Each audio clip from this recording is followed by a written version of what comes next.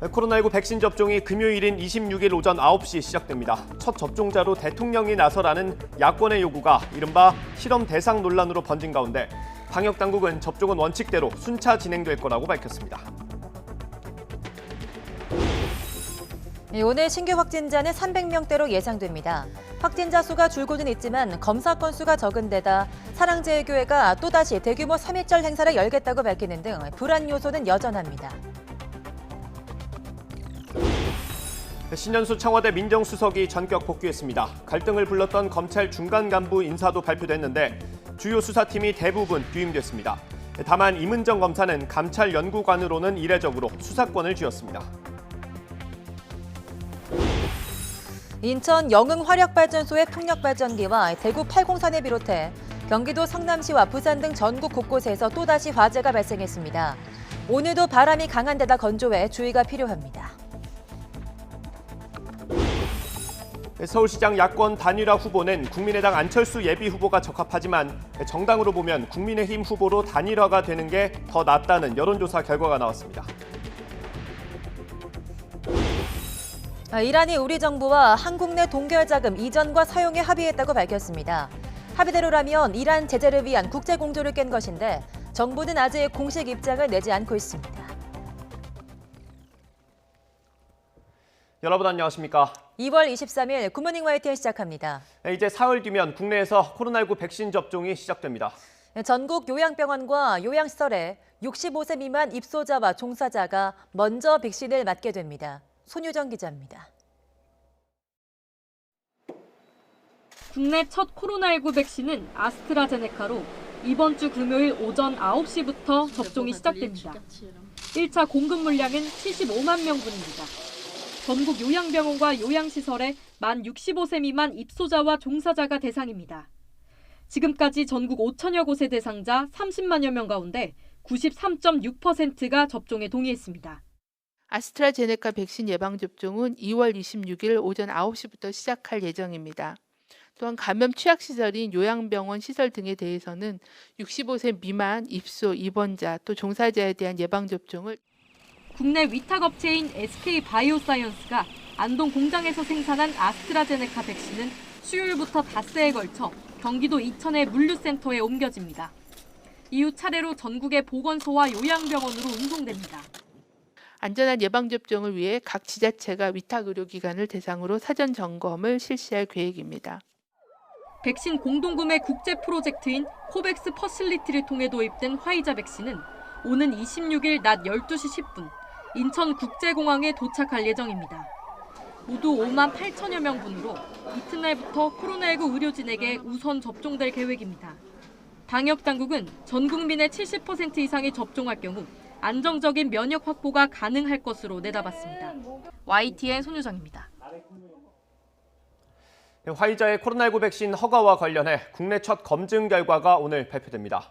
식품의약품안전처는 어제 코로나19 백신 허가를 위한 외부 전문가 회의의 첫 단계인 검증 자문단 회의를 열어서 화이자 백신의 안전성과 효과성 등을 논의했으며 결과를 오늘 발표할 계획입니다.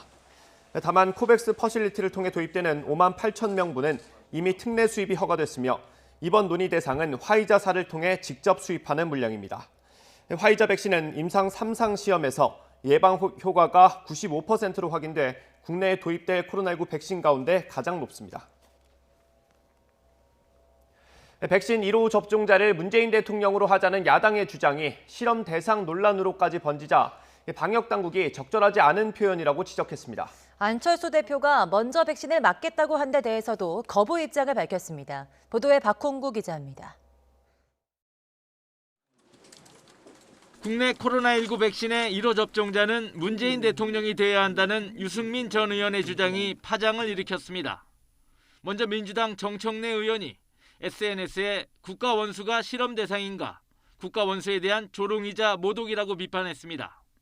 그러자 야권에서는 대통령이 실험 대상이 아니면 국민도 실험 대상이 아니라며 대통령이 못 맞을 백신은 국민에게도 맞춰선 안 된다고 역공을 취했습니다. 정치권의 공방에 대해 방역당국은 효과와 안전성이 확인된 백신을 실험 대상이라고 표현하는 것 자체가 부적절하다고 지적했습니다. 안전성과 효과성이 확인된 허가를 받은 백신을 접종을 합니다. 그래서 백신 접종을 맞으시는 모든 국민들은 누구가 되든 실험 대상이 아닙니다. 그런 표현은 적절하지 않다라고 생각합니다. 방역 당국은 또 아스트라제네카 백신을 먼저 맞겠다고 한 안철수 국민의당 대표의 주장에 대해서는 이미 정해진 순서를 따라야 한다며 거부 입장을 밝혔습니다. 예방접종에 대해 국민 불안이 크다면 저명 인사가 먼저 맞을 수도 있겠지만 지금은 그런 상황이 아니라는 겁니다. 접종에 대한 동의율이 상당히 높게 제기가 된 상황이기 때문에 순서에 따라서 공정하게 청와대도 대통령 1호 접종 요구를 마다할 이유가 없지만 접종 동의율이 90%를 넘은 상황이기 때문에 정부가 정한 우선순위에 따라 백신을 맞게 될 것이라고 밝혔습니다. 별다른 변수가 없다면 현재로선 1호 접종자는 요양병원이나 시설의 입소자 또는 종사자 중 한 명이 될 가능성이 높습니다. 정부는 접종 기간과 대상자 등을 상대로 최종 조율 작업을 마친 뒤 첫 접종자를 발표할 계획입니다. YTN 박홍구입니다. 어제 0시부터 밤 9시까지 전국에서 코로나19 양성 판정을 받은 신규 확진자는 296명입니다. 그제 같은 시간에 집계된 295명보다 1명이 많습니다. 지역별로는 수도권이 231명, 비수도권이 66명입니다. 시도별로는 서울 112명으로 가장 많고 경기 103명, 인천 16명, 강원 13명, 부산 10명 등입니다. 이에 따라 오늘 0시 기준으로 발표될 신규 확진자 수는 300명대를 기록할 걸로 보입니다. 경기도 남양주시 화도읍에 있는 쿠팡 배송 캠프에서 코로나19 확진자가 발생해 시설이 폐쇄됐습니다. 확진자는 아르바이트 배송 일을 하던 근무자로 가족이 먼저 확진돼 그제 코로나19 진단 검사를 받았고 어제 양성 판정을 받았습니다. 쿠팡 측은 확진자가 지난 18일까지 일한 것으로 보고 방역과 함께 역학조사를 진행하고 있습니다. 서울의 신규 확진자 수는 13일 만에 최소치를 기록했습니다. 서울시는 재유행을 막기 위해서 현장 단속을 벌이며 방역의 고삐를 조이고 있습니다. 구수본 기자의 보도입니다. 단속의 눈을 피해 새벽에 문을 연 클럽. 현란한 조명과 음악 속에 마스크만 썼지 거리 두기가 지켜질 리 없습니다. 서울시가 자치구, 경찰과 함께 민원이 많은 강남 서초구 클럽 11곳을 단속한 결과 이 가운데 7곳이 적발됐습니다. 춤추기 금지, 인원 제한, 이용자 거리 두기, 출입 명부 작성 등 위반 사항도 다양했습니다. 운영자에게는 2월 15일 거리두기 완화와 함께 시행된 운영자 책임 강화 조치에 따라 과태료와 경고, 2주간 집합 금지 조치를 병행하여 처분하게 됩니다. 서울시는 지난주 서울광장에서 고 백기환 통일문제연구소장의 연결식을 주최한 관계자 등도 감염병 예방법 위반으로 고발하기로 했습니다. 사전 신고 등 절차 없이 분향소를 설치하고 연결식을 열었고 특히 연결식의 순간 최대 참여 인원이 100명을 넘어 방역 기준을 어겼다고 판단했습니다. 이와 별개로 서울광장에 설치한 분향소와 연결식 관련 광장 점유 시설물에 대해서는 공유재산 및 물품관리법에 따라 변상금을 부과할 계획입니다. 변상금 267만 원은 관련 절차 등을 거쳐 다음 달 중순쯤 부과됩니다. 서울시가 방역의 고삐를 죄는 가운데 서울의 코로나19 신규 확진자 수는 13일 만에 최소치를 기록했습니다. 최근 확산세가 진정되는 모양새지만 줄어든 주말 검사 건수 등을 고려하면 안심할 상황은 아닙니다. 서울시는 백신 접종과 학생들의 등교를 앞둬 재유행을 막아야 하는 중차대한 시기라며 촘촘한 시민 방역망을 만들어달라고 당부했습니다. 이런 가운데 지난해 대규모 집단 감염의 진원지로 지목돼 온 사랑제일교회 측이 3.1절 광화문 광장 집회를 준비하고 있다고 밝혀 방역 당국을 긴장시키고 있습니다. YTN 구수본입니다. 더불어민주당과 정부가 4차 재난지원금을 다음 달에 지급하는 걸 목표로 협의를 진행하고 있습니다. 지원 규모가 큰 관심인데 정부는 업종별 최대 지원금을 500만 원까지 늘리자고 제안했고 민주당은 더 줘야 한다는 입장입니다. 김대근 기자의 보도입니다. 문재인 대통령은 4차 재난지원금이 사각지대를 최소화해 폭넓고 두텁게 지급돼야 한다며 민주당과 정부를 향해 신속한 준비를 당부했습니다. 정부는 추경을 신속히 편성하고 국회의 협조를 구하여 가급적 3월 중에는 집행이 시작될 수 있도록 속도를 내주기 바랍니다. 민주당도 4차 지원금은 2, 3차 지원 때보다 규모가 훨씬 클 거라며 다음 달 지급을 목표로 이달 말까지 당정 간 논의를 마무리하겠다고 강조했습니다. 당과 정부는 넓고 두터운 재난지원금을 반영할 추경안을 28일까지 합의할 것입니다. 그렇다면 4차 재난지원금 지급 규모는 이전보다 얼마나 늘어날까? 3차 지원 당시 일반 업종과 영업 제한 금지 업종에는 각각 100에서 300만 원씩 지원금이 돌아갔습니다. 이번엔 두텁게 지원한다는 원칙에 따라 정부에서는 지원금을 최대 500만 원까지 늘리자고 제안한 걸로 알려졌는데 민주당은 더 줘야 한다는 입장입니다. 또 피해가 클수록 지원금을 더 받을 수 있게 매출 감소율에 따라 구간을 정해 정액으로 차등 지급하는 방안도 검토되고 있습니다. 지원 범위를 넓히기 위해 일반 업종의 지원 기준선을 연매출 4억 원 이하에서 10억 원 이하로 올리고 근로자 수 5명 미만인 서비스업 지원 기준도 완화할 것으로 보입니다. 사각지대를 없애기 위해 소득 하위 40%인 저소득층에 재난지원금을 주고 노점상도 지원해야 한다는 주장도 있는데 실제 소득 수준이나 손실 규모를 파악하기 어렵다는 게 변수입니다. 정부는 일단 피해 계층을 넓고 두텁게 지원하자는 데에는 동의합니다. 소상공인이나 자영업자들이 방역 장기화로 굉장히 어려움을 호소하고 있고 해서 이번에 집중적으로 피해가 이루어진 계층을 중심으로 해서 저희가 추가적인 지원 방안을 검토하고 있고요. 하지만 전체 규모를 두고는 당정 간 입장차가 분명합니다. 민주당에서는 20조 이상 추경이 필요하다는 목소리가 나오는데 기재부는 12조에서 13조 정도를 검토하는 것으로 알려진 상황. 이에 따라 다음 주 기획재정부가 국회에 추경안을 제출하기 전까지 지원 금액과 대상을 둘러싼 당정 간 줄다리기는 계속될 것으로 보입니다. YTN 김대근입니다. 강력범죄를 저지른 의사의 면허를 취소하는 개정안에 반발해 의사협회가 총파업 카드를 꺼내자 민주당은 정부의 단호한 대처를 주문했습니다. 반면 국민의힘은 하필 의사의 협조가 필요한 때 심기를 건드린다며 법안 처리 시점을 문제 삼았습니다. 보도에 최하영 기자입니다. 지난 19일 국회 보건복지위원회를 통과한 의료법 개정안은 의료인의 면허 취소 기준을 의료법 위반에서 강력범죄로 확대하는 게 골자입니다. 다만 의료행위 과정에서 과실로 처벌받은 경우는 취소 사유에서 제외했습니다. 의사협회가 과잉 입법이라며 총파업과 코로나19 백신 접종의 협력 중단 가능성을 언급하자 민주당은 의사면허는 강력범죄 프리패스권이 아니라며 국민도 범죄자가 아닌 의사에게 진료받을 권리가 있다고 지적했습니다. 또 코로나19 상황에서 백신 접종 협력 거부는 국민의 동의를 얻지 못할 것이라며 정부의 단호한 대처를 주문했습니다. 누구보다 높은 도덕성과 사회적 책임감을 가지셔야 할 의사단체의 그런 태도는 국민께 큰 실망을 드릴 것입니다. 정의당 역시 의사협회의 도 넘은 이기주의라며 생명을 볼모로 한 법박을 중단하라고 요구했습니다. 국민의 생명을 도대체 얼마나 가벼이 보기에 매번 환자의 생명을 볼모 삼아 밥그릇 싸움을 하는 것입니까?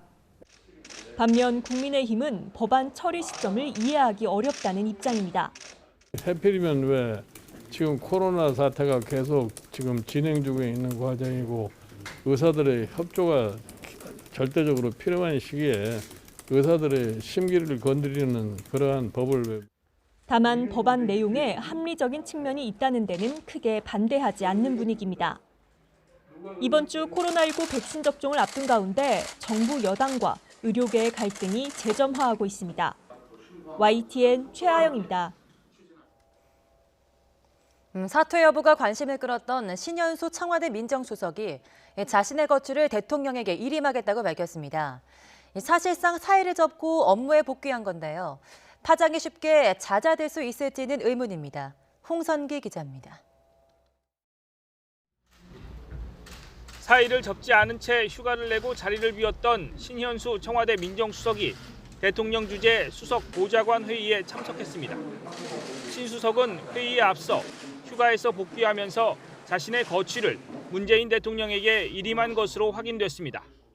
거취를 일임하는 동시에 직무에 최선을 다하겠다고 말해 사실상 사의를 철회했다는 뜻으로 풀이됩니다. 문 대통령은 그러나 수석 보좌관 회의를 주재한 자리에서 민정수석의 거취에 대한 말은 전혀 하지 않았습니다. 이와 관련해 청와대 고위 관계자는 민정수석 사의와 관련된 사안은 일단락된 것으로 봐야 한다고 말했습니다. 대통령이 사의를 반려한 상황에서 거취를 일임했으니 달라질 게 없다는 뜻으로 읽힙니다. 신현수 민정수석은 휴가 중에도 검찰 후속 인사에 대해서 보고받고 협의한 것으로 확인됐습니다.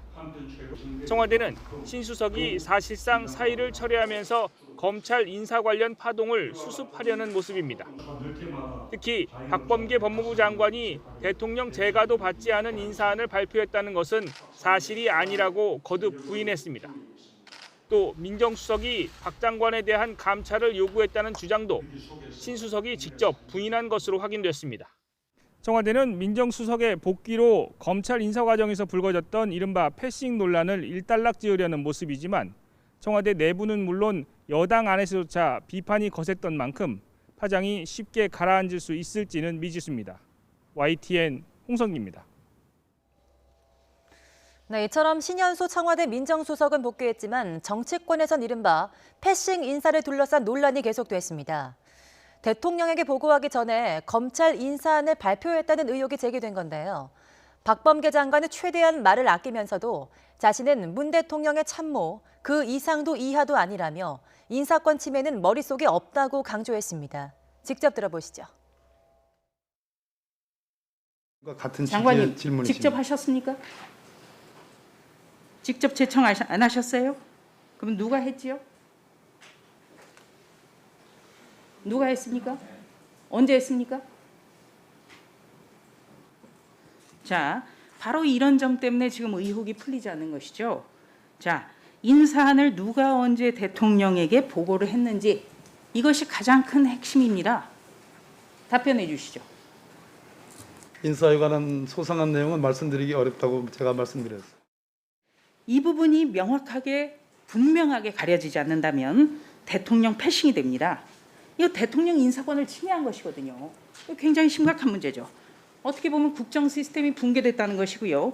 이런 게 국정농단이에요. 국기문란이고. 어떻게 생각하십니까? 저는 문재인 대통령님의 법무참모입니다. 청와대는 제가 됐고 결재했다고 표현했습니다. 네, 그러니까 그렇게 제가 그걸로 가름하도록 하겠습니다. 차장급과 부장급 검찰 중간 간부에 대한 인사가 어제 발표됐습니다.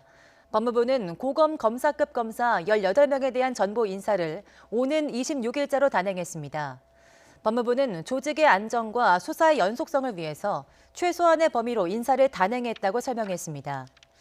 이에 따라 월성원전 경제성 평가 조작 의혹 사건을 수사하고 있는 대전지검 이상현 형사 5부장, 김학의 전 법무부 차관의 불법 출국 금지 의혹 사건을 맡은 수원지검 이정섭 형사 3부장 등이 유임돼 수사를 이어가게 됐습니다.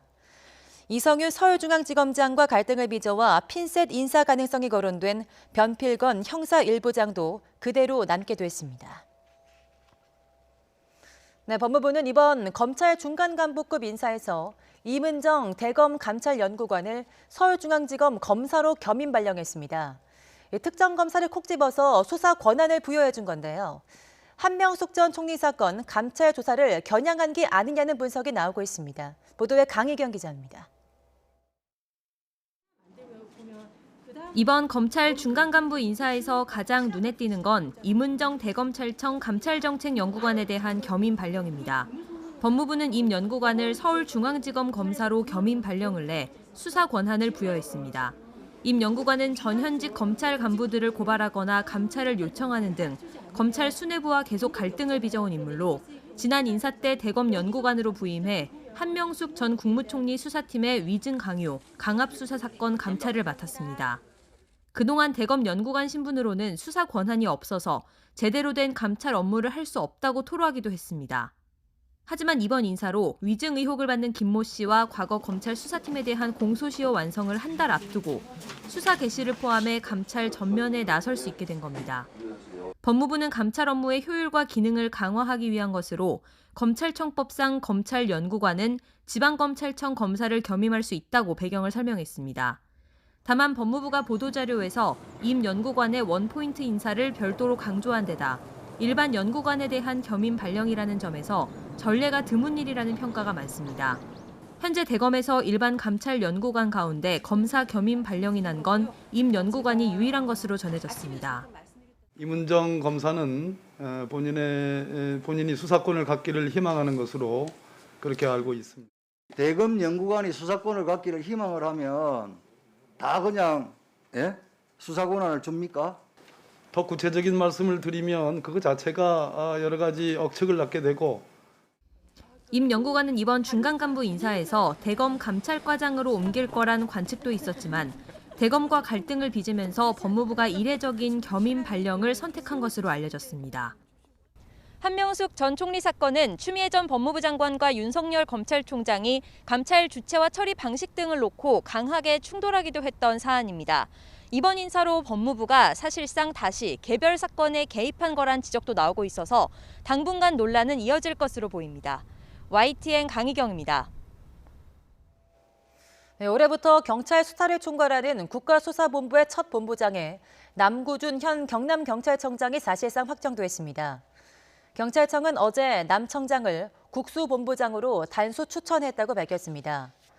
경찰청은 국수본부장은 3만 명이 넘는 전국 수사경찰과 함께 18개 시도경찰청장을 총괄 지휘하는 등 책임성과 전문성이 주요한 자격 요건이라고 설명했습니다. 서울시장 야권 단일 후보로는 국민의당 안철수 예비후보가 적합하지만 정당을 봤을 땐 국민의힘 후보로의 단일화가 낫다는 여론조사가 나오면서 국민의힘 내부 경쟁이 치열해졌습니다. 정권 심판론을 한 목소리로 강조하면서 서로의 과거 행적을 거론하며 공세를 강화했습니다. 부장원 기자입니다. 처음으로 방송사 합동토론에 참석한 국민의힘 서울시장 예비후보 4사람은 시작부터 이번 선거에 성격 규정에 주력했습니다. 고 박원순 전 서울시장의 성추행으로 빚어진 보궐선거이자 현 정부의 부동산 정책 실패에 대한 심판의 성격이란 겁니다. 그만큼 저마다 차별화된 부동산 대책을 공약으로 내세웠습니다.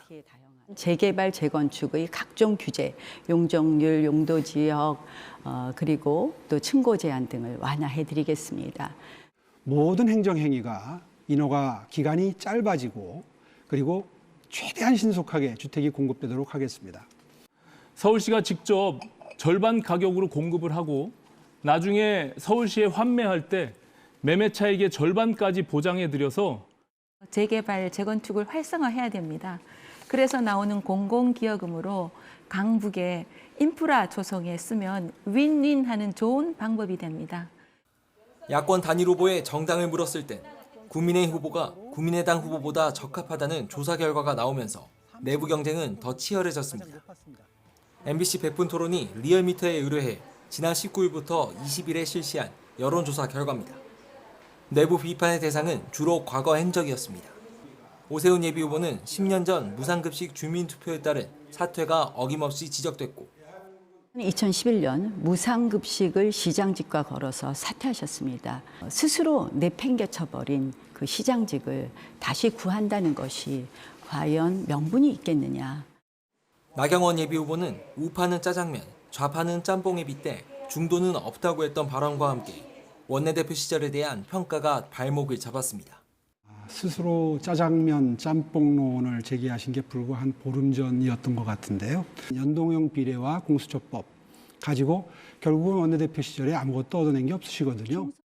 경쟁은 치열해졌지만 정작 야권 단일화에 정당이 아닌 후보 적합성을 묻는 질문엔 안철수 예비후보가 국민의힘 모든 후보를 앞서는 것으로 나타나면서 최종 누구로 단일화될지는 한치 앞을 예상하기 어렵습니다. YTN 부장원입니다. 네, 국민의힘이 오늘 서울시장 보궐선거에 출마할 최종 후보를 가리기 위한 세 번째 1대1 TV 토론을 벌입니다. 오후 2시 서울 백범기념관에서 열리는 이번 토론회는 오신환 예비후보 대 조은희 예비후보, 나경원 예비후보 대 오세훈 예비후보의 토론으로 90분에 걸쳐 진행됩니다. 경북 안동과 예천에서 발생한 산불이 21시간 만에 가까스로 진화됐습니다. 산림 250만 제곱미터가 잿더미로 변했고 주민 수백 명이 대피하기도 했습니다. 허성준 기자의 보도입니다. 희뿌연 연기로 뒤덮인 골짜기 사이로 시뻘건 불꽃이 보입니다. 산불 진화 헬기가 쉴 새 없이 날아와 물을 쏟아붓습니다. 지난 21일 오후 3시 20분쯤 경북 안동시 임동면 망천리 야산에서 시작된 불은 수 킬로미터 떨어진 중평리까지 순식간에 번졌습니다. 집주우러 와가지고 막 물도 붓고 해가지고 지금 지구는 좀 괜찮아요. 마당까지 다 탔고 다 타도 건물은 괜찮아. 바람 많이 불었으니까 지금 뭐 감당이 안 되잖아요.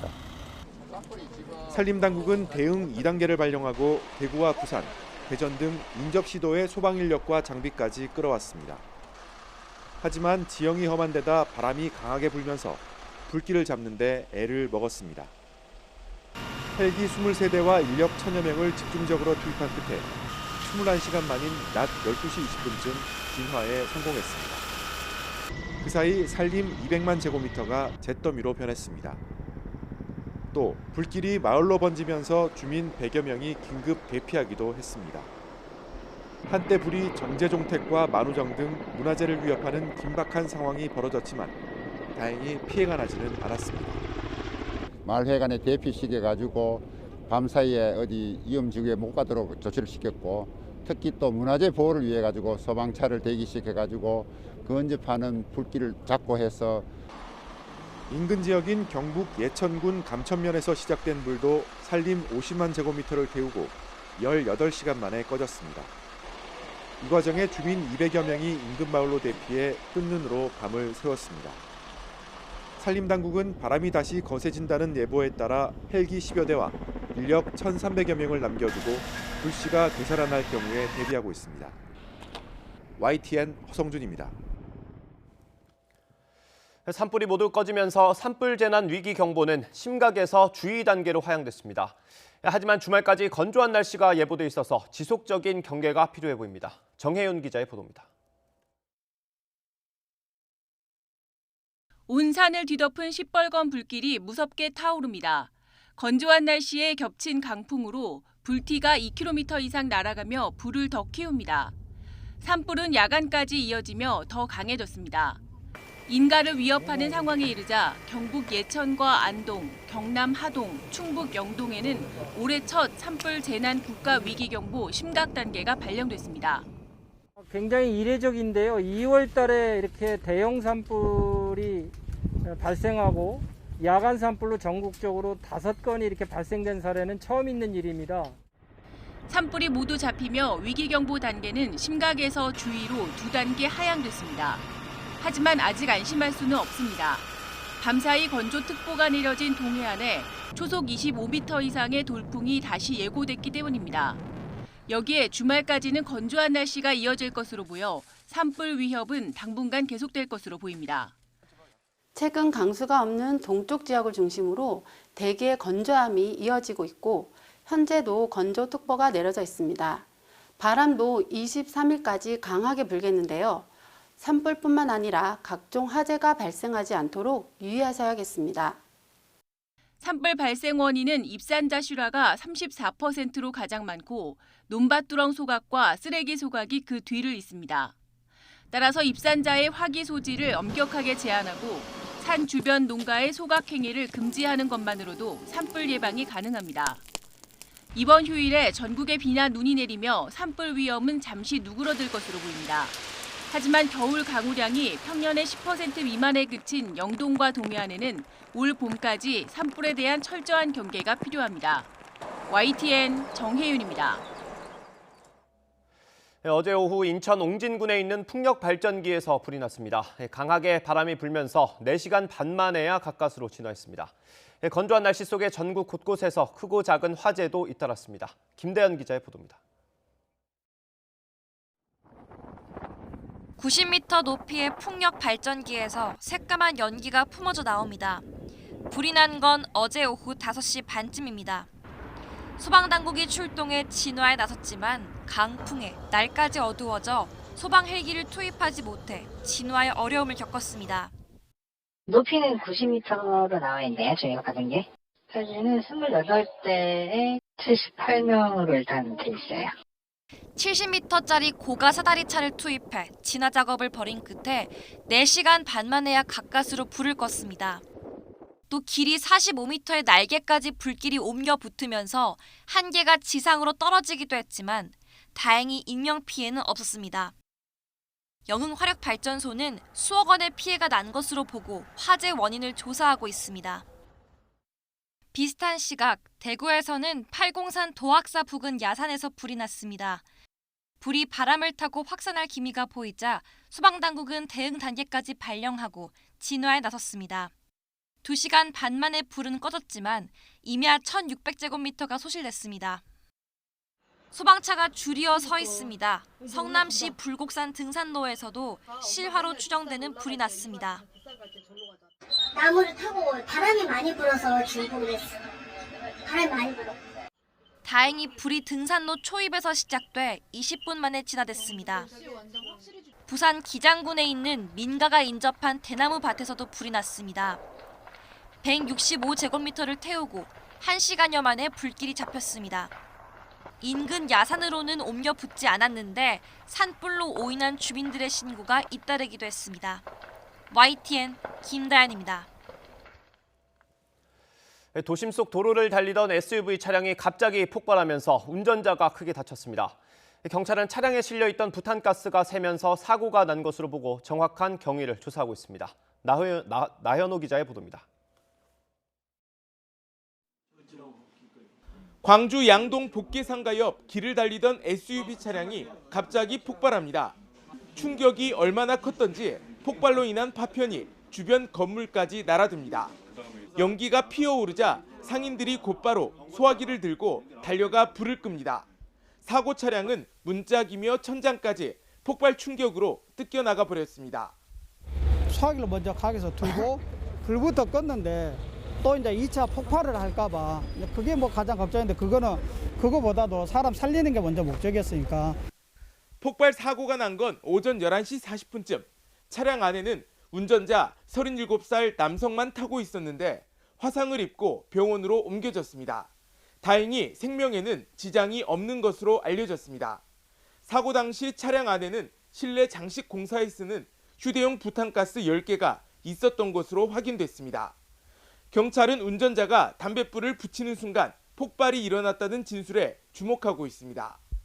인테리어업을 하시는데요. 거기 토치를 사용하시나 봐요. 그래서 거기에 차이가 실어져 있던 걸로 담배를 피우고 라이터를 켠 순간 펑 했다고 이렇게 말씀하셨어요. 그 안에 원인자가 될 수 있는 게 부탄가스밖에 없기 때문에. 경찰은 차량을 국립과학수사연구원으로 보내 정확한 폭발 원인을 밝힐 계획입니다. YTN 나연호입니다. 모바일 금융 서비스 토스를 통해서 부동산 소액 투자를 한 투자자들이 집단 소송에 나선다는 소식 YTN이 단독으로 보도해드렸는데요. 토스가 대대적으로 광고하며 제휴한 투자업체가 분양 사기로 피소된 업체의 상품을 판매한 것으로 드러났습니다. 투자업체 수사에 이어서 토스에 대한 수사로도 이어질지 관심이 쏠리고 있습니다. 박기환 기자입니다. 지난 2017년 P2P 투자업체 5곳과 제휴해 부동산 소액 투자 서비스를 출시한 토스. 앱에 등록한 토스 계좌로 쉽게 투자를 할 수 있다는 장점에 사람들이 몰렸습니다. 소액 투자 상품의 인기가 커지자 다른 핀테크 업체들도 앞다퉈 P2P 업체와 제휴를 맺었고 P2P를 통한 국내 누적 대출액은 4년 만에 18배 가까이 늘었습니다. 토스는 관련 시장을 이끌며 규모를 키웠다고 자평했습니다. 이미 시장에서 한 번도 존재한 적이 없던 서비스를 토스는 늘 시장에서 항상 앞서서 가장 먼저 런칭했을 뿐만 아니라 이것이 업계의 표준으로 자리 잡으면서 수많은 IT 기업이라든지 금융기관들이 토스의 서비스를 많이 참고해서. 하지만 얼마 지나지 않아 투자 상품에서 문제가 드러나기 시작했습니다. 지난 2019년 토스에서 광고한 김해의 한 오피스텔 상품은 1년도 안 돼 수익금이 연체됐습니다. 투자자들이 이걸 판 P2P 업체를 고소했는데 수사 결과 투자금을 대출받은 건설업자가 허위 분양한 사실이 드러났습니다. 정상적인 상품을 토스 플랫폼에서 거래를 하게 했었냐라는 의구심이 들게 하면서 진짜 분노도 일었고 배신감도 많이 들었습니다. 제주도의 한 타운하우스 투자 상품도 불법 건축물로 확인되는 등 비슷한 사례가 잇따랐습니다. 해당 P2P 업체는 상품에 문제가 있는 줄 몰랐다고 주장했지만 경찰은 부실을 알고도 팔았는지 집중 조사하고 있습니다.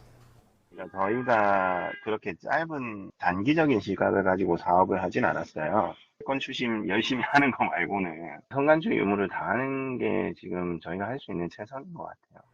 수사를 받게 된 업체와 제휴한 토스에도 비난의 화살이 향하자 토스는 다음 달부터 피소된 업체와 계약을 종료하기로 했습니다.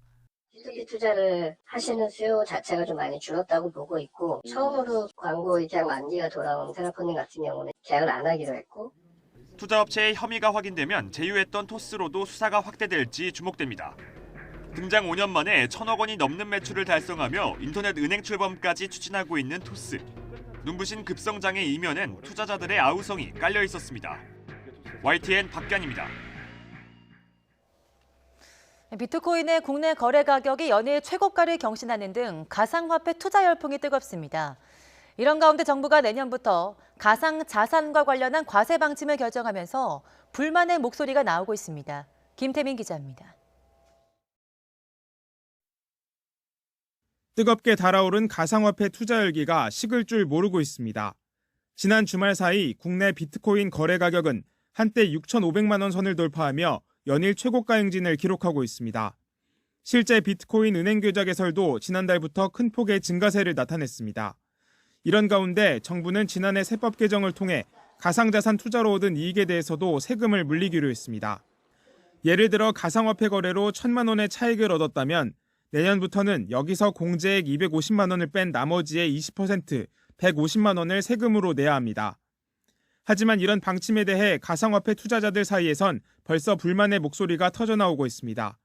주식 거래로 거둔 금융투자 소득에 대해서는 5천만 원까지 세금을 면제하면서 비슷한 성격의 가상화폐에 대해서만 과도한 세금을 매긴다는 겁니다. 이에 대해 정부는 아직 가상화폐를 금융자산으로 인정한 선례가 없다는 입장. 전문가들 역시 세제 혜택을 통해 가상자산 투자를 활성화하기엔 아직 한계점이 많다고 지적합니다.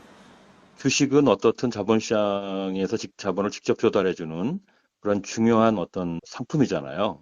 아직 암호화폐는 여전히 어떤 기능을 하게 될지 아직은 명확하지 않거든요. 정부가 이쪽에 투자를 장려하는 목적으로 그런 접근은 여기서 할 수가 없어요. 지금도 가상화폐의 미래에 대한 평가는 세계적인 학자와 금융전문가 사이에서 극명하게 엇갈리고 있습니다. 이에 따라 가상자산의 성격과 이에 대한 과세 논란 역시 당분간 끊이지 않을 전망입니다. YTN 김태민입니다. 미국 전기차 업체 테슬라 최고 경영자 일론 머스크가 비트코인 가격이 높은 것 같다고 말한 뒤 비트코인 시장이 출렁거리고 있습니다. 미국 경제 전문 매체 CNBC 방송은 현지 시간 22일 가상화폐 데이터 제공업체 코인 매트릭스 자료를 인용해 비트코인 한 개당 가격이 한때 5만 달러 밑으로 떨어져 47,700달러까지 급락했다고 보도했습니다. 머스크는 지난 20일 트위터를 통해 금투자가 비트코인보다 낫다는 유로 퍼시픽 캐피털 CEO 피터 시퍼의 의견에 반박하면서 가상화폐 비트코인과 이더리움의 가격이 높은 것 같다고 말했습니다. 지난해 서울 지역 아파트 거래 패턴을 살펴봤더니 나중에 돌연 거래가 취소된 것 가운데 절반이 신고가였던 것으로 파악됐습니다. 이런 경우가 전국적으로 봐도 3건 가운데 1건꼴인데요. 아파트 시세를 조작하기 위한 허위 신고란 의혹이 제기되자 정부가 조사에 나서기로 했습니다. 보도에 신윤정 기자입니다. 지난해 국토부 실거래가 시스템에 등재된 아파트 매매 건수는 85만 5천여 건.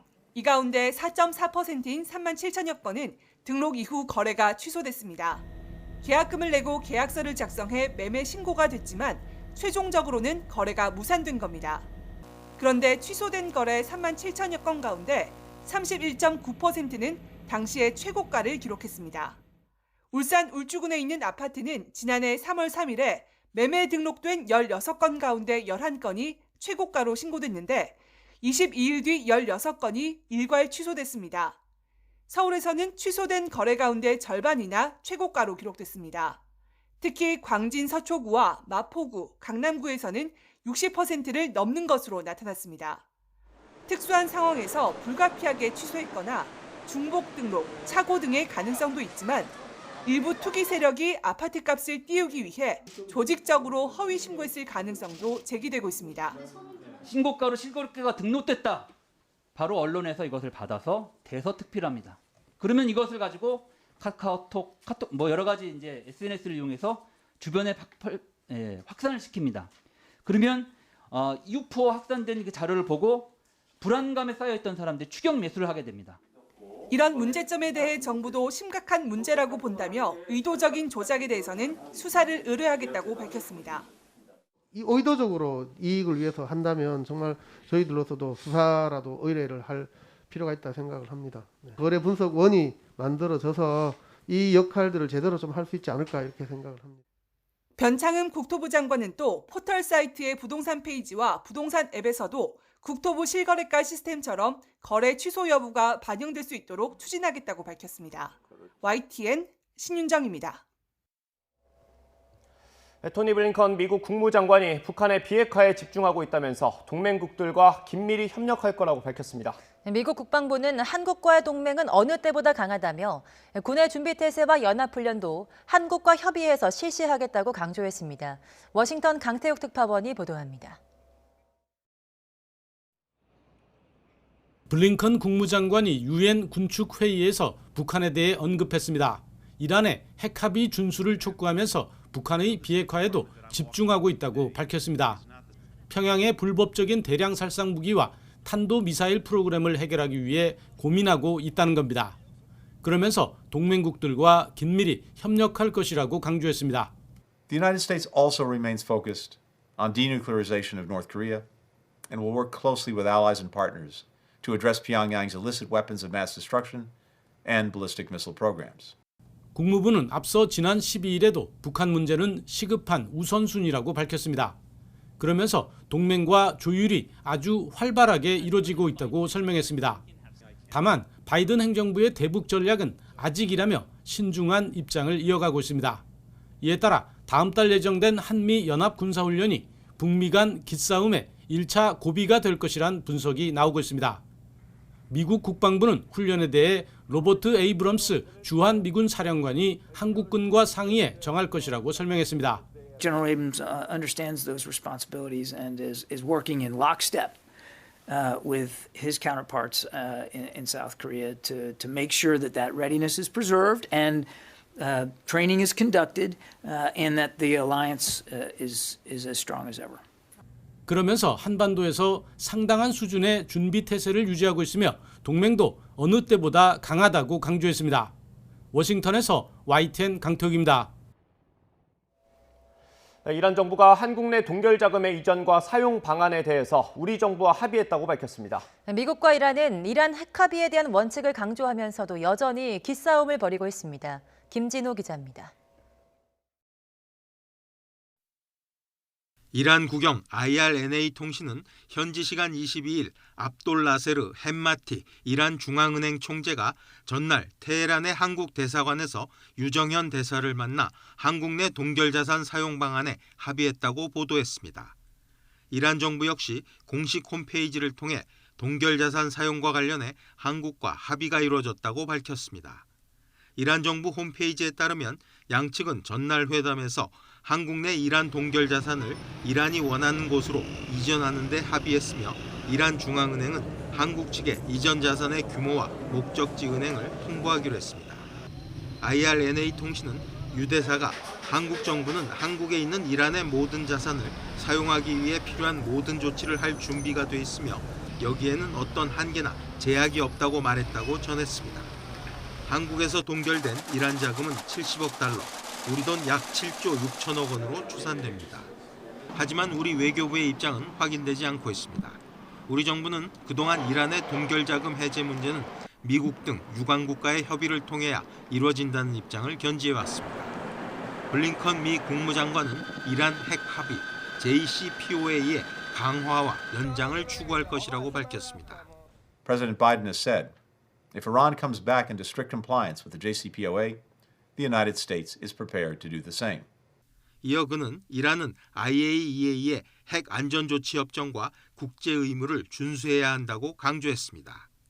이란 최고 지도자 아야톨라 세예드 알리 하메네이는 핵무기 미보유 원칙을 다시 한번 확인하면서도 필요하다면 현재 20%인 우라늄 농축 수준을 60%까지 높일 수 있다고 밝혔습니다. 핵 합의 준수를 주장하는 미국의 제재 해제를 요구하며 미국과 기싸움을 벌이고 있습니다. YTN 김진호입니다. 군부가 유혈 진압에 나설 거라는 위협에도 어제 미얀마 전역에서는 총파업 시위가 벌어졌습니다. 네, 이번 시위는 2021년 2월 22일 이가 5번 들어간 날에 열려서 이른바 5-2로 불렸는데요. 지난 1일 쿠데타 발발 이후 최대 규모로 진행됐습니다. 보도에 이어진 기자입니다. 아침부터 거리로 쏟아져 나온 시위대 행렬이 끝이 보이질 않습니다. 최대 도시 양곤에서는 시내 곳곳을 시위대가 가득 메운 채 집회와 거리 행진을 이어갔고 남부 다웨이에서는 수만 명이 앞뒤로 손을 잡으며 하나가 됐습니다. 외신들은 총파업 시위에 참가한 인원만 수십만에 이른다고 보도했습니다.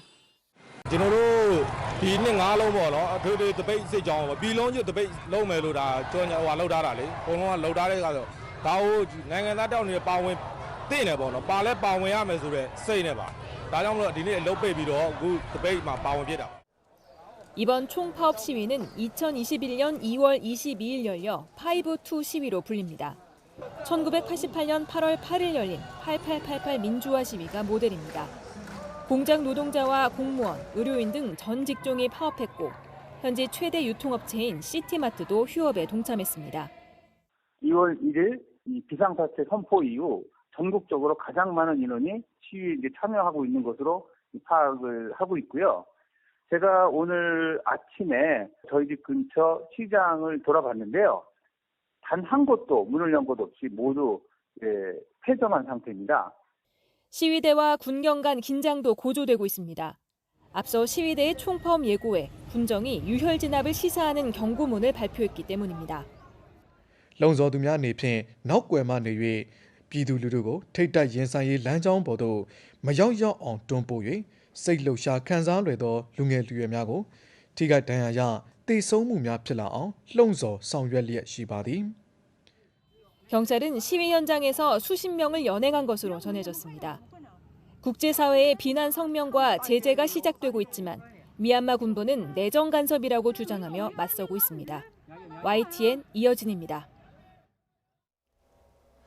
일본이 독도를 자신들의 땅이라고 주장하는 이른바 다케시마의 날 행사를 15년째 되풀이했습니다.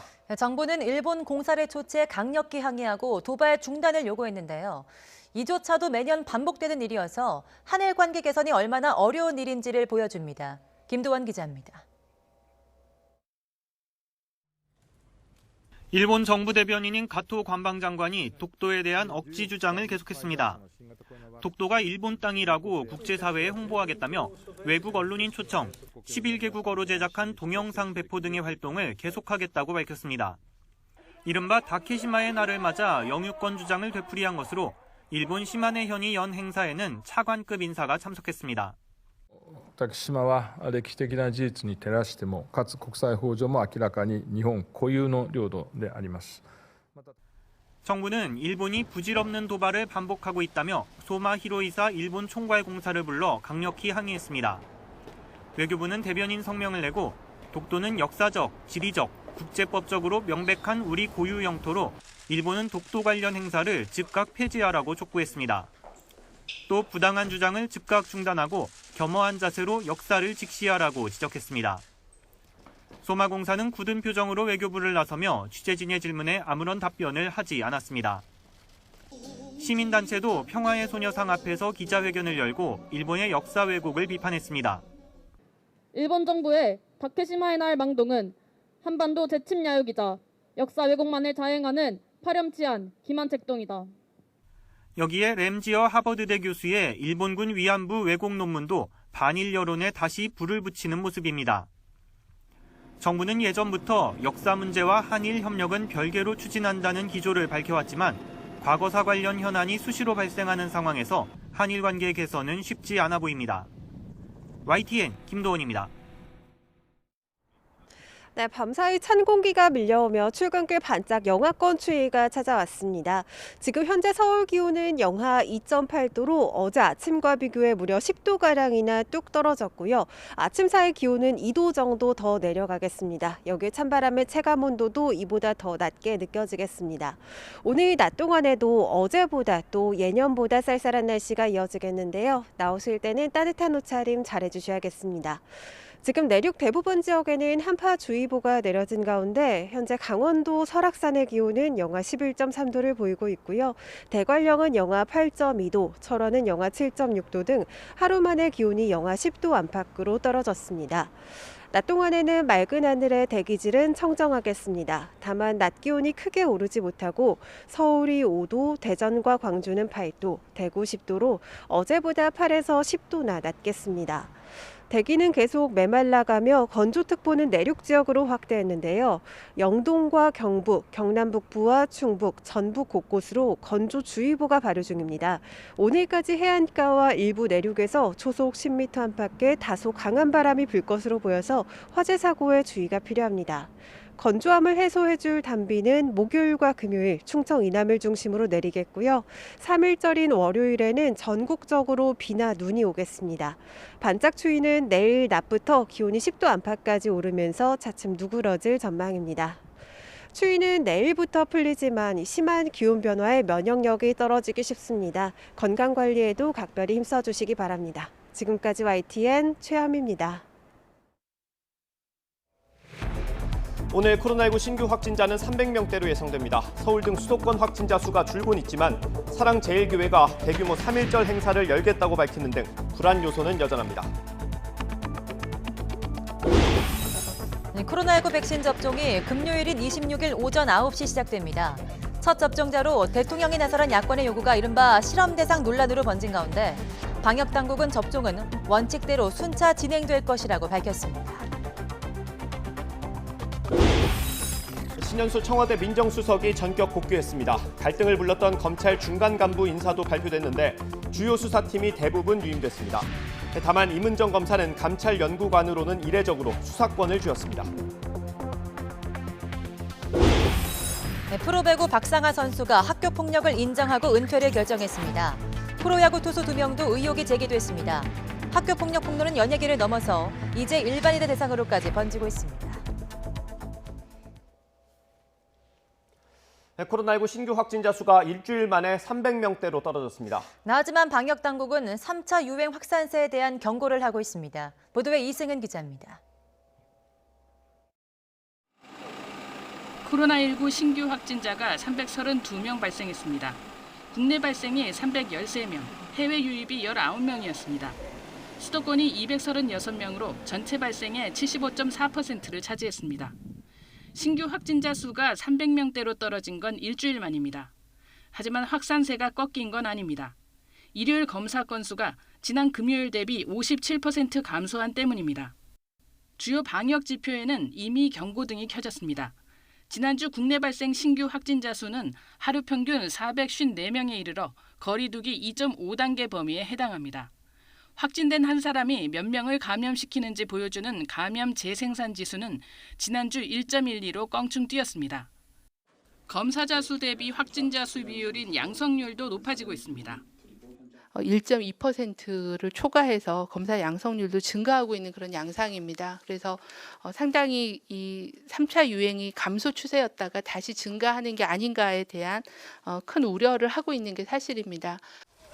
사업장과 의료기관의 집단 발병, 설 연휴, 사회적 거리두기 완화의 여파를 감안하면 확산세가 커질 수 있습니다. 변이 바이러스 유입 사례도 128건으로 증가한 가운데 신학기도 다가오고 있는 상황입니다. 영국이나 남아공, 브라질 변이 바이러스 이외에 일본이나 미국에서도 다양한 변이 바이러스가 보고되고 있어서 이러한 바이러스의 국내 유입 가능성도 있는 상황입니다.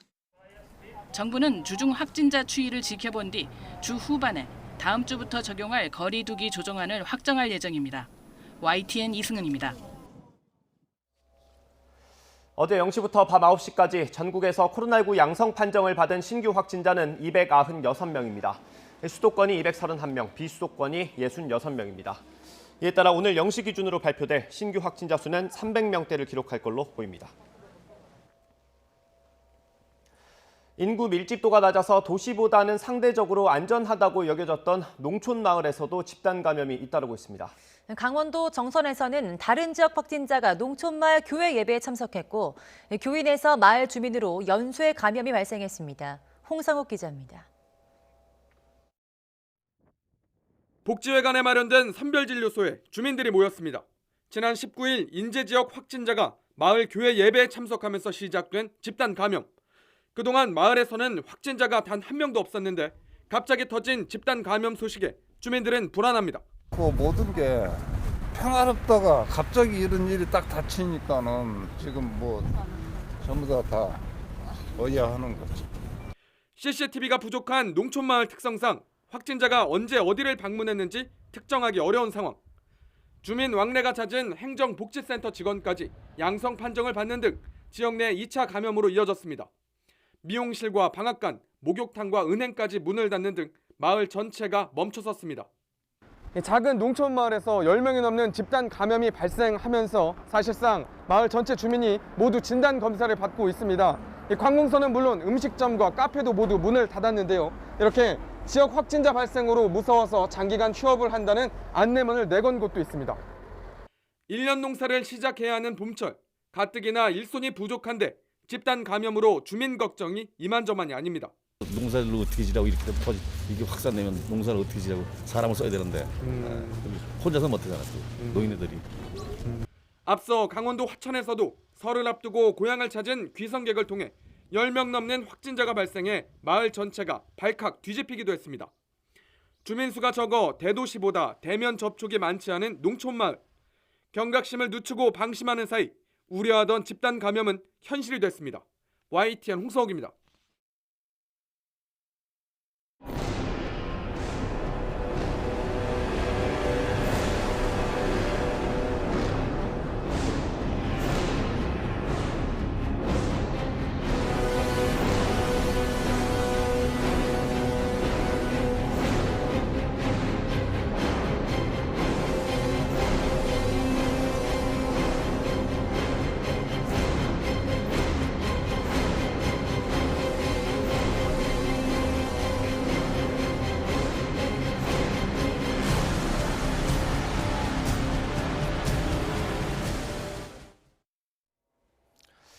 지난달 문재인 대통령의 신년 기자회견 내용 잠시 보겠습니다. 당시 코로나19 백신을 먼저 맞을 생각이 있느냐 이런 질문이 나왔는데 문 대통령은 솔선수범이 필요하면 피하지 않겠다 이렇게 답했습니다. 백신 부작용에 대해서는 개인이 일방적으로 피해당할 걱정은 하지 말라고 당부했습니다. 정부가 보상하겠다는 뜻도 밝혔습니다. 이제 사흘 뒤면 우리도 본격적인 접종이 시작되는데 야당에서 문 대통령이 먼저 맞으라는 요구가 잇따르고 있습니다. 불은 유승민 전 의원이 짚었습니다. 유 전 의원은 백신 불신은 정권이 자초했다면서 대통령이 가장 먼저 백신을 맞아서 불신을 덜어달라고 했습니다. 여기에 국민의힘 원내 지도부가 목소리를 보탰습니다. 아스트라제네카 백신은 면역율도 문제지만은 안정성도 많은 의문이 제기되고 있는 이런 상황입니다. 우리나라 정부가 사용을 허락하고 국민들에게 접종을 권할 것이라면 대통령을 비롯한 정부의 책임 있는 당국자부터 먼저 접종을 해서 국민들에게 백신 불안증을 해소해 줄 것을 요청합니다. 작금의 백신 논란은 안전성이 확인되지 않은 그런 아스트라제네카 백신을 접종해야만 하는 상황에 처해 있기 때문에 발생하는 필연적인 상황입니다. 그렇다면 국민을 설득하고 국민을 안심시키는 것 또한 접종 로드맵의 중요한 과제 중에 하나가 되어야 할 것입니다. 야당의 제안 또는 주장에 민주당이 발끈하면서 실험 대상 논란으로까지 번졌습니다. 의도가 어떻든 정치적인 공방으로 백신 불안감에 기름을 부은 꼴이 됐습니다. 앞서 김강립 식약처장은 전문가 자문을 3중으로 했다면서 아스트라제네카 백신을 안심하고 맞아달라고 했습니다. 정은경 질병관리청장도 안전성과 효과성이 확인된 허가받은 백신이라면서 실험 대상이라는 표현은 적절하지 않다고 지적했습니다. 이재갑 한림대 성심병원 교수는 이번 논란을 다룬 기사를 SNS에 올렸습니다. 그러면서 양쪽 다 가만히 있는 게 도와주는 거다 이렇게 꼬집었습니다. 국민들을 대상으로 발빠르게 코로나19 백신 접종을 하고 있는 유럽 주요 국가들은 다음 달부터 각급 학교 등교를 허용하는 등 봉쇄 조치를 완화하는 계획을 준비하고 있습니다. 또 백신을 접종한 뒤 4주 후에 입원하는 확률이 최대 94%까지 감소했다는 연구 결과도 나왔습니다. 보도에 강성욱 기자입니다. 영국 잉글랜드 지역에서 다음 달부터 코로나19 봉쇄 조치가 단계적으로 완화됩니다. 3월 8일에 모든 학생들이 등교하고 29일부터는 축구와 골프, 테니스 등 야외 운동도 허용됩니다. 스코틀랜드에서는 현지 시간 22일부터 초등학교 저학년 학생들이 등교를 시작했습니다. 독일도 사적인 모임과 학교 식당 등 3개 분야별로 단계적 봉쇄 완화 계획을 만드는 작업에 착수했습니다. 보리스 존슨 영국 총리는 4단계 봉쇄 해제 로드맵을 발표하면서 가장 큰 걱정은 변이 바이러스라고 지적했습니다. We can't, I'm afraid, rule out reimposing restrictions at local or regional level if evidence suggests they are necessary to contain or suppress a new variant which escapes the vaccines. 유럽 각국의 봉쇄 완화 조치는 백신 접종의 효과에 근거하고 있습니다. 화이자와 아스트라제네카 코로나19 백신을 접종한 뒤 4주 후에 입원 위험이 90% 안팎으로 낮아졌다는 연구 결과도 나왔습니다. 스코틀랜드 에든버러대 연구 결과 화이자와 아스트라제네카 백신을 접종하고 4주 후에 입원 위험은 각각 85%와 94% 하락했다고 BBC가 보도했습니다. 80세 이상은 81% 감소했습니다.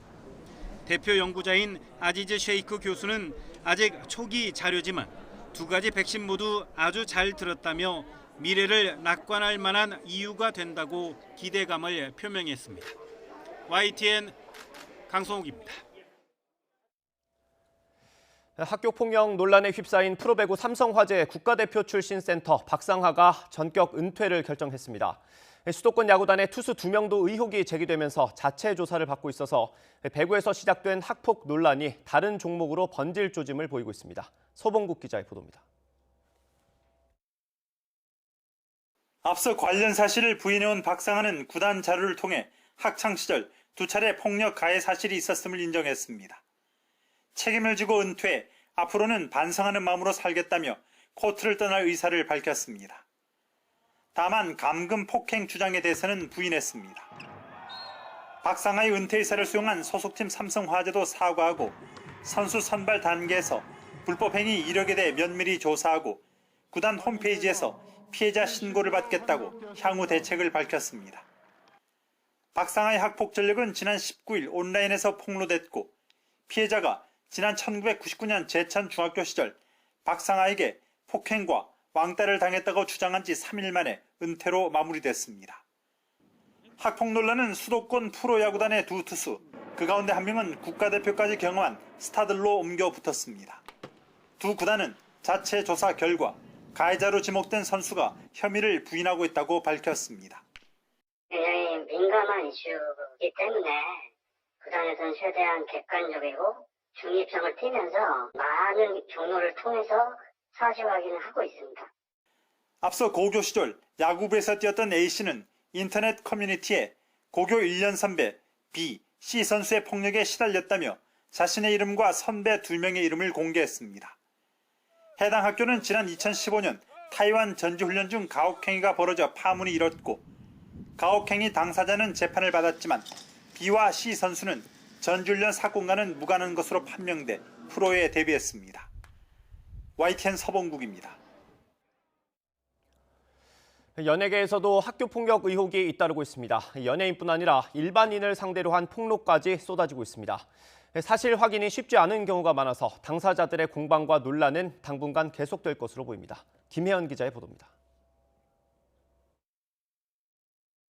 배우 조병규는 뉴질랜드 유학 시절 학교폭력 가해자였다는 의혹을 받았습니다. 법적 대응까지 선포했지만 피해 글은 꾸준히 올라왔습니다. 드라마 출연을 앞둔 배우 박혜수, 김동희 등도 학교 폭력 논란에 휩싸였고 여자아이들 수진, 세븐틴 민규, 아이오아이 출신 김소혜 등 K-팝 가수들도 거론됐습니다. 모두 사실 무근이라고 부인했지만 논란은 쉽게 사그라들지 않고 있습니다. 학교 폭력 폭로의 진원지가 된 온라인 커뮤니티에는 최근 이 같은 폭로 글이 급증했습니다. 스포츠 선수나 연예인뿐 아니라 경찰, 소방관 같은 공무원, 항공사, 쇼핑몰 종사자 등 일반인도 대상입니다. 학기 초 같은 경우에들 학생들이 많이들 전화가 오거든요. 요즘은 지금 성인들이 오는 전화가 많이 늘었어요. 폭로글을 올린 뒤 가해자들에게서 사과를 받아냈다는 피해자도 나왔습니다. 온라인 커뮤니티와 SNS가 학교 폭력을 알리고 해결하는 창구가 된 겁니다. 어려서부터 인터넷을 접하면서 소통과 분출에 익숙한 MZ세대가 학교 폭력이라는 불의의 주제를 만났을 때 공론화에 더 불을 지핀다는 분석입니다. MZ세대 같은 경우에는 모바일 문화에 익숙하고요. 그것을 통해서 또 이제 공감대를 형성하고 또 여론 형성까지도 충분히 많이 경험해 왔던 세대이기 때문에 문제는 익명에 기댄 검증되지 않은 글도 섞여 있다 보니 M1 피해자가 나올 수도 있다는 점입니다. 당장은 폭로글의 진위 확인도 중요하지만 학교 폭력 갈등을 그때그때 풀 수 있도록 촘촘하게 제도를 정비하는 게 가장 시급해 보입니다. YTN 김혜은입니다. 한 법원 공무원이 지나가는 여성을 성폭행하려다가 붙잡혀서 자신이 일하던 법원에서 구속됐습니다. 술에 취한 상태로 여성에게 연락처를 달라고 했다가 거절당하자 범행한 것으로 알려졌습니다. 박희재 기자의 보도입니다. 어두운 밤, 한 여성이 다급하게 건물 출입문 밖으로 나옵니다. 뒤따라온 남성이 여성의 다리를 붙잡은 채로 누워버립니다. 다시 일어나더니 여성을 벽으로 밀치고 바닥으로 내동댕이 칩니다. 잠시 뒤 인근 가게 직원들이 달려와 남성을 막으며 몸싸움을 벌입니다. 여자가 갑자기 이렇게 소리 질렀어요. 살려주세요. 이렇게. 남자는 싸웠을 때 까마지 말래 뭐 이런 좀 너무 이상했어요. 눈빛이. 서울 송파구에 있는 한 건물 여자 화장실 앞에서 모르는 여성을 성폭행하려던 남성이 붙잡힌 건 지난 17일 밤 11시쯤이었습니다. 사건이 발생한 장소입니다. 이곳에서 행동을 제지당한 남성은 직원의 신고를 받고 출동한 경찰에게 체포됐습니다. 피의자는 서울 동부지방법원 소속 공무원 30대 김모 씨. 경찰 조사에서 술에 취해 모르는 여성을 상대로 범행을 벌였다고 진술했습니다. 연락처를 달라고 했다가 거절당하자 이 같은 행위를 저지른 것으로 알려졌습니다. 범행 닷새 만에 자신이 근무하던 법원에 구속영장 실질심사를 받기 위해 출석한 김 씨는 피해자에게 사과한다며 고개를 숙였습니다. 잘못은 인정 전혀 안 하십니까? 피해자분에게 진심으로 사죄드립니다. 김 씨를 직위 해제한 법원은 향후 수사 진행 상황에 따라 추가 징계 절차를 밟는다는 방침입니다. YTN 박희재입니다. 법무부가 오는 26일자 검찰 중간 간부 인사를 발표했습니다. 이 월성원전 경제성 평가 조작 의혹 사건과 김학의 전 법무부 차관 불법 출국 금지 의혹 사건 등을 이끄는 주요 수사팀 간부들은 대부분 유임됐습니다. 박서경 기자입니다. 중간 간부급 인사원칙을 확인하는 검찰 인사위원회 소집을 앞두고 인사위원들이 청사에 속속 도착했습니다. 당연직 인사위원인 조남관 대검찰청 차장검사는 인사위 시작 전 취재진에게 이례적으로 대검이 법무부에 요청한 인사 내용을 공개했습니다. 검찰 인사를 둘러싸고 이른바 민정수석 패싱 논란 등 파장이 커지자 의혹이나 오해의 소지를 차단하기 위해 직접 논의 내용 일부를 밝히고 나선 겁니다. 현재 진행되고 있는 중요 사건의 수사팀, 대검이나 중앙지검 보직부장들의 현 상태 유지와 의무적인 핀셋 인사는 하지 말 것을 강력히 지금 요청을 한 상태입니다. 인사위는 1시간여 만에 종료됐고 법무부는 당일 오후 중간 간부급 검사 18명에 대한 인사를 발표했습니다. 공석인 서울중앙지검 1차장에는 군사망사고 진상규명위원회에 파견가 있던 나병훈 차장검사가 복귀하게 됐고, 서울 남부지검 2차장에는 이진수 청주지검 차장검사가 전보됐습니다. 최근 이슈가 되고 있는 주요 사건 수사팀 간부들은 보직 이동 없이 계속 수사를 이어가게 됐습니다. 월성 원전 경제성 평가 조작 의혹을 수사하는 대전지검 이상현 형사 5부장과 김학의 전 법무부 차관 불법 출국 금지 의혹을 맡은 수원지검 이정섭 형사 3부장은 유임됐습니다. 채널A 강요미수 사건 등으로 이성윤 서울중앙지검장과 갈등을 빚었던 변필건 서울중앙지검 형사 1부장도 자리를 지키게 됐습니다.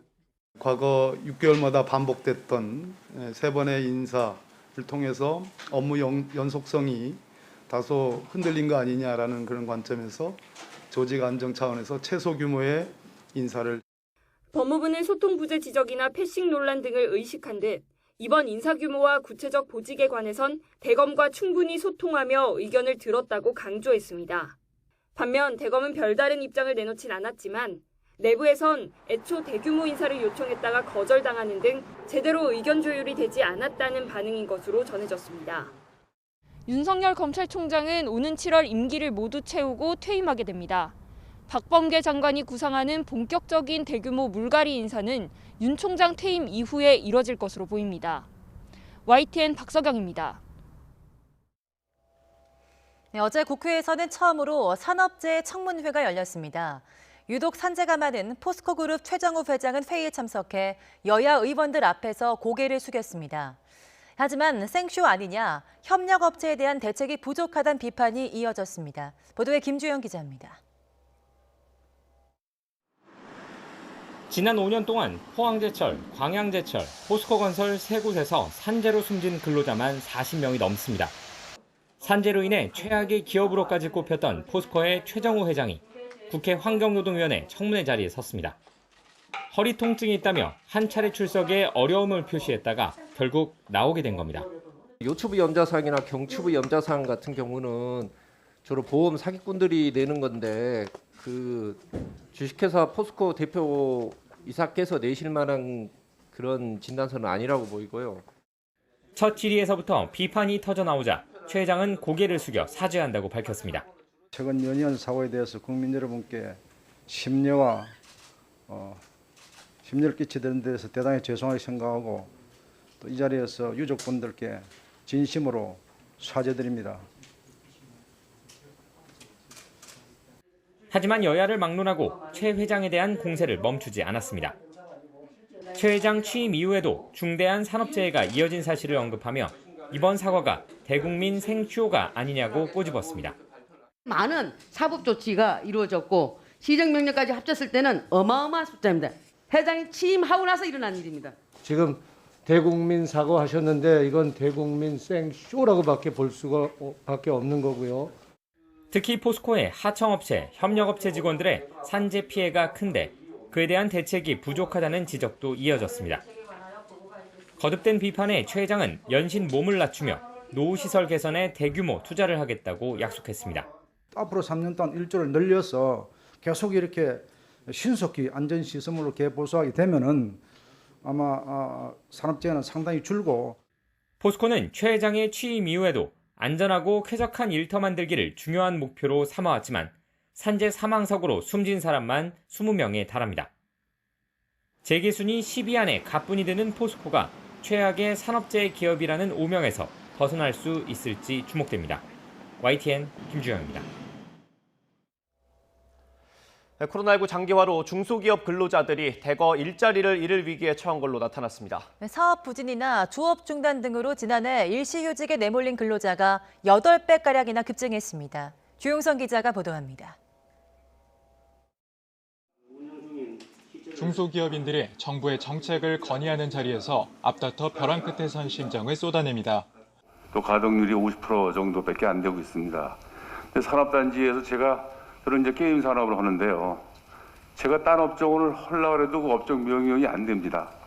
사실 대기업인 보험사가 자기 마음 편한 대로 다 하고 있기 때문에 지금 이 상생협약이 원활하게 지금 진행을 하고 있지 않습니다. 지난해 일시휴직자는 83만 명으로 전년도보다 2배 늘었습니다.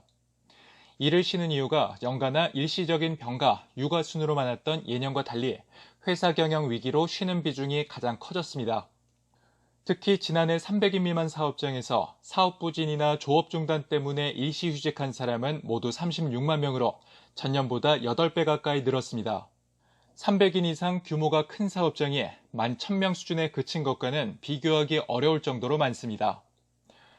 사회적 거리두기 영향으로 숙박업, 요식업, 서비스업처럼 대면이 많은 소규모 기업 직원들의 비중이 큰 것으로 분석됩니다. 통계상 당장은 취업자로 분류되지만 코로나19 국면이 장기화하면 상당수가 실직으로 이어질 위험이 큽니다. 중소기업 입장에서 곧바로 실업으로 가지 않고 휴직으로 가는 것은 그만큼 회사에 필요한 인력이라는 의미거든요. 코로나19 확산세가 심화되고 사회적 거리두기가 강화된다면 중소기업의 경쟁력 유지에 치명적일 가능성이 높습니다. 지난해 상반기 경제활동 인구를 보면 일시휴직자가 1명 늘어나면 다음 달 취업자가 0.35명 줄어든다는 연구 결과도 있습니다.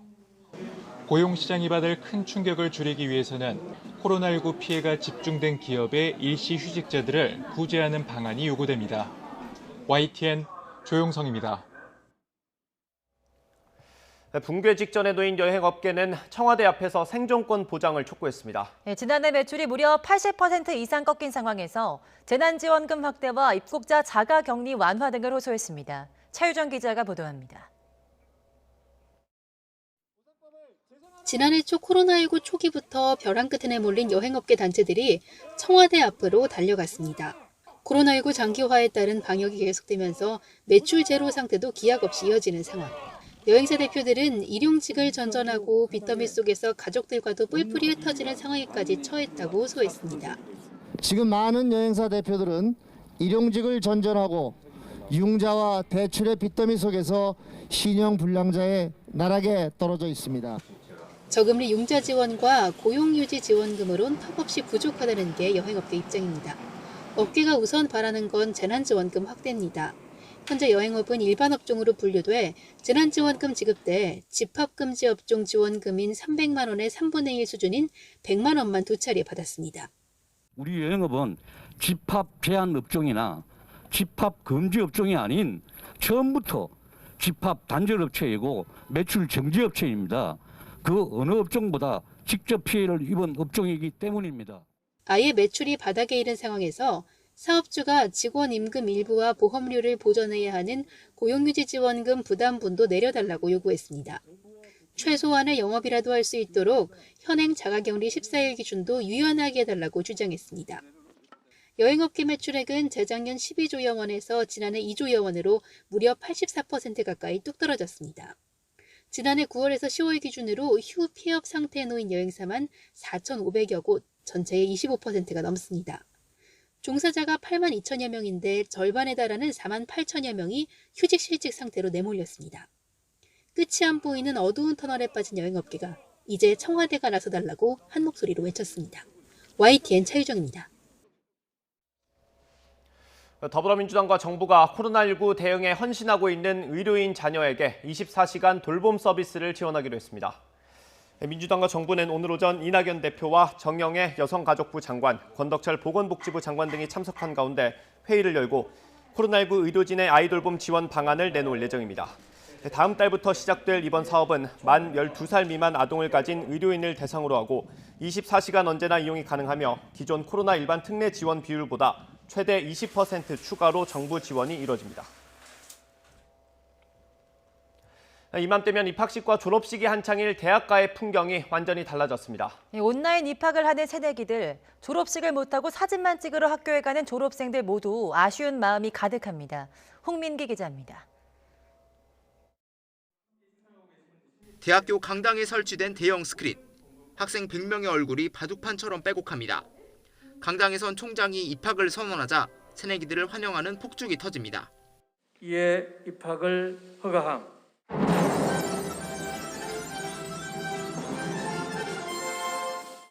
코로나19 사태 속에 학교 역사상 처음 열린 비대면 입학식입니다. 신입생 3천여 명 가운데 100여 명은 실시간 온라인으로, 나머지 학생들은 유튜브 생방송으로 참여했습니다. 대학 생활을 시작하는 그 시작점을 학생들에게 인식을 시키고 싶고 그래서 이러한 비대면 행사를 설계하게 됐습니다. 사상 초유 코로나19 사태 속에서 힘겨웠던 입시를 치르고 어엿한 대학생이 된 21학번들. 캠퍼스를 밟지는 못해도 대학 생활에 대한 기대는 한껏 부풀어 있습니다. 교육 방송국도 들어가 보고 싶고 다양한 코딩 같은 것도 배워보고 싶고 친구들을 직접 만나보는 게 제일 그래도 하고 싶은 것 같습니다. 대학 곳곳에서 졸업식도 열렸습니다. 대부분 대면 행사를 취소하고 최소 인원만 참석한 영상으로 대신했습니다. 오늘 연세대학교 학위 수여식은 코로나19 확산 방지를 위해 온라인 녹화 중계로 진행됩니다. 하나, 둘, 셋, 야! 그래도 꼭 남기고 싶은 건 사진. 평생 남을 순간인 만큼 잠시나마 마스크를 벗고 활짝 웃어봅니다. 좀 아쉽긴 한데 시국인지라 네 괜찮은 것 같아요. 그 학교 끝나는데 그 마무리가 조금 네. 사회로 나가게 된 졸업생들은 오랜만에 온 학교를 완전히 떠나야 한다고 생각하니 아쉽기만 합니다. 아쉽고 후련합니다. 아직 준비가 안 된 것 같은데 학생 신분을 떠나야 한다는 게 가장 아쉬운 것 같습니다. 코로나19가 바꿔놓은 대학 생활의 시작과 끝. 하루빨리 북적이던 캠퍼스 풍경을 되찾을 수 있기를 바라는 마음은 새내기도 졸업생도 같았습니다. YTN 홍민기입니다. 정시 모집이 마무리되면서 대학 입학의 마지막 관문인 추가 모집이 오는 27일까지 대학별로 진행됩니다. 올해는 학령 인구가 줄면서 지난 2005학년도 이후 가장 많은 2만 6천여 명을 선발하는데요. 응시 횟수에 제한 없이 지원할 수 있습니다. 신현준 기자입니다. 대입 수시와 정시에서 뽑지 못한 신입생을 뽑는 추가 모집이 시작됐습니다. 올해 추가 모집 규모는 162개 대학에서 2만 6천여 명. 지난해보다 2.7배 증가했는데 지난 2005학년도 이후 16년 만에 최다입니다.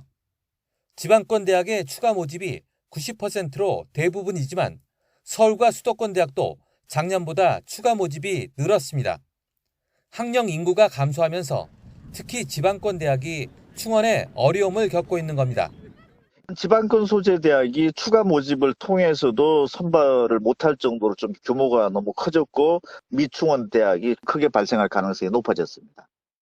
전국적으로는 대구대학교와 부산 동명대학교의 순으로 많았고 서울에서는 홍익대와 한성대 등에서 추가 모집이 발생했습니다.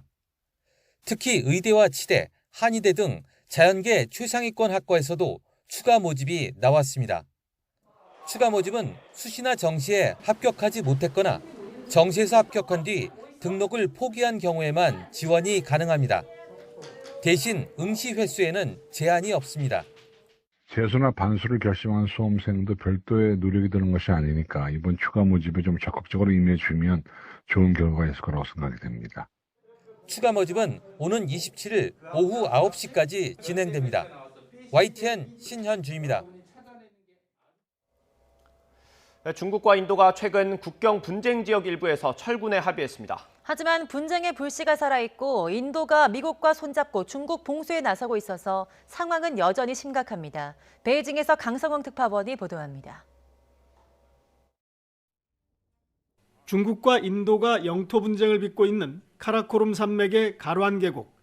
인도군이 조금씩 앞으로 밀고 오는 것 같다는 중국군의 목소리가 들립니다. 잠시 뒤 몽둥이와 방패를 든 인도군이 계곡 위쪽으로 몰려옵니다. 중국군 연대장이 직접 나서 인도군에게 이른바 실질 통제선을 넘었다며 거세게 항의를 합니다. 하지만 더 많은 인도군이 몰려오고 중국군 몇 명이 달려나가 두 팔을 벌려 막아섭니다. 녹색 헬멧을 쓴 중국군도 증원돼 곧바로 대오를 갖추고 방어에 나섭니다. 중국이라는 글자가 보이는 저지선에서 양측은 팽팽히 맞섰습니다. 결국 돌을 던지고 쇠파이프와 곤봉을 마구 휘두르면서 밤늦게까지 격렬히 싸웠습니다. 당시 중국 측은 대대장을 포함해 4명, 인도 측은 약 20명이 사망한 것으로 알려졌습니다. 중국은 지난 6월 발생했던 인도와의 국경 충돌 영상의 일부를 지난주 갑자기 공개했습니다. 최근 일부 국경 지역에서 철군에 합의했지만 인도에 대한 적개심이 여전함을 드러낸 겁니다. 중상을 입은 연대장과 전사한 대대장에게는 영웅 칭호를 부여하면서 애국심 고취에도 나섰습니다. 我们宁肯高原埋中骨，也绝不丢失祖国的一寸领土。 인도도 중국에 맞서기 위해 미국, 일본 등과 인도양은 물론 남중국해에서까지 합동훈련을 했습니다. 이른바 쿼드 4개국에도 적극 참가하면서 반중동맹의 주축 역할을 하고 있습니다. 이 때문에 중국과 인도의 국경 충돌도 두 나라만의 문제에 그치지 않고 점차 미국과 세계가 주목하는 분쟁이 되고 있습니다. 베이징에서 YTN 강성웅입니다. 2011년 원전 사고가 발생한 일본 후쿠시마현 앞바다의 조피볼락에서 일본 정부가 설정한 기준치의 5배 달하는 방사성 물질 세슘이 검출됐습니다. 후쿠시마 앞바다에서 어민들의 조업으로 끌어올린 조피볼락을 검사한 결과 1kg당 500베크렐의 세슘이 검출됐다고 공영방송 NHK가 보도했습니다. 일본 정부가 정한 식품의 허용 한도의 5배이며 후쿠시마현 어업협동조합연합회 자체 기준에 10배에 달하는 세슘이 검출된 겁니다.